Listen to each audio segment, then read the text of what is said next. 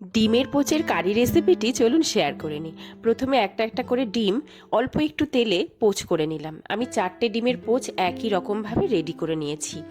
এই পোচের কারিটা কিন্তু অসাধারণ লাগে খেতে। তারপর কড়াই তেল গরম করে গোটা জিরে, তেজপাতা, দারচিনি, এলাচ, লবঙ্গ ফোড়ন দিয়ে 2টো পেঁয়াজ মিহি করে কুচিয়ে নিয়েছিলাম, সেটা একটু নাড়াচাড়া করে দিয়ে দিলাম আদা বাটা, রসুন বাটা, কাঁচা লঙ্কা বাটা। মশলাটাকে কষিয়ে নিলাম কাঁচা গন্ধ চলে যাওয়া পর্যন্ত। তারপর দিয়ে দিলাম টমেটো বাটা। তারপর দিয়ে দিলাম নুন, হলুদ, জিরের গুঁড়ো, ধনের গুঁড়ো, কাশ্মীরি লঙ্কার গুঁড়ো। তারপর একটুখানি কষিয়ে নিলাম সামান্য একটু জল দিয়ে, যাতে মশলাগুলো ধরে না যায়।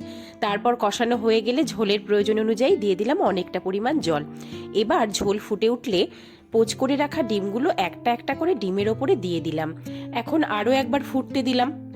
ফুটে উঠলে ওপর থেকে ছড়িয়ে দিলাম 1 মুঠো ধনেপাতা কুচি আর একটু গরম মশলার গুঁড়ো আর সামান্য ঘি, যেটা দেখানো হয়নি ভিডিওতে। ব্যাস রেডি হয়ে গেল।